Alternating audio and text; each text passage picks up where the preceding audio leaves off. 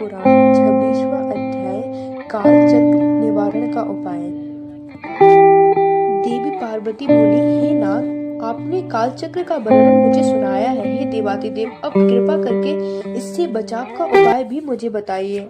अपनी प्राण बल्लवा के इस प्रकार के प्रश्न को सुनकर त्रिलोकीनाथ भगवान से बोले, देवी, उमे पृथ्वी, जल, तेज, पवन और आकाश आदि 5 तत्व के सहयोग से इस भौतिक शरीर की उत्पत्ति होती है। आकाश सर्वव्यापक है और सब वस्तुओं में उसी में लीन हो जाती है। एक बार मैंने क्रोधवश काल को जला दिया था। जब जब मैं स्तुति के द्वारा प्रसन्न हुआ हूँ, तब काल पुनः प्रगति में स्थित हो गया है। आकाश से वायु, वायु से तेज, तेज से जल, जल से पृथ्वी की उत्पत्ति होती है। जल के 4, तेज के 3, वायु के 2 और आकाश के 1 गुण हैं। शब्द, स्पर्श, रूप, रस और गंध आदि पंचभूत जब शरीर को त्याग देते हैं, तभी प्राण की मृत्यु होती है। और जब ये 5 भूत शरीर को ग्रहण करते हैं, तो प्राणों की उत्पत्ति होती है। काल को जीतने वाले योगी गण इन गुणों को ध्यान करते हैं। देवी पार्वती ने कहा, हे नाथ, काल पर विजय पाने के लिए योगी जन जिस यंत्र का ध्यान या अभ्यास करते हैं, उसके विषय में बताइए। पार्वती जी के इस प्रकार प्रश्न सुनकर देवाधिदेव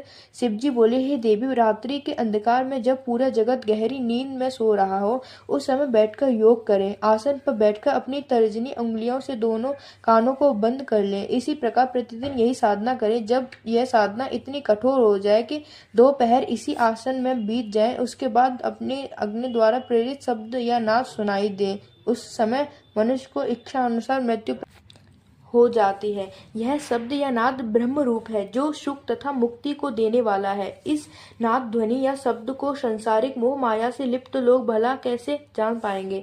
जिन उत्तम मनुष्य को इसका ज्ञान प्राप्त हो जाता है, वे आवागमन के चक्र से छूट जाता है। उन्हें तत्व ज्ञान व मुक्ति की प्राप्ति होती है। यह नाद अनाहत, जिसके उच्चारण नहीं किया जा सकता, योगी जन अपने प्रियतन एवं ध्यान द्वारा इसे प्राप्त करते हैं।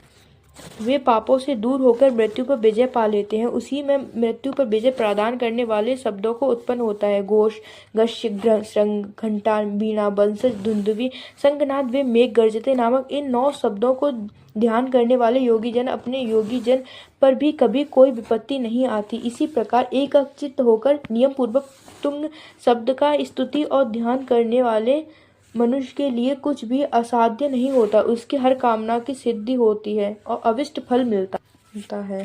राधे राधे।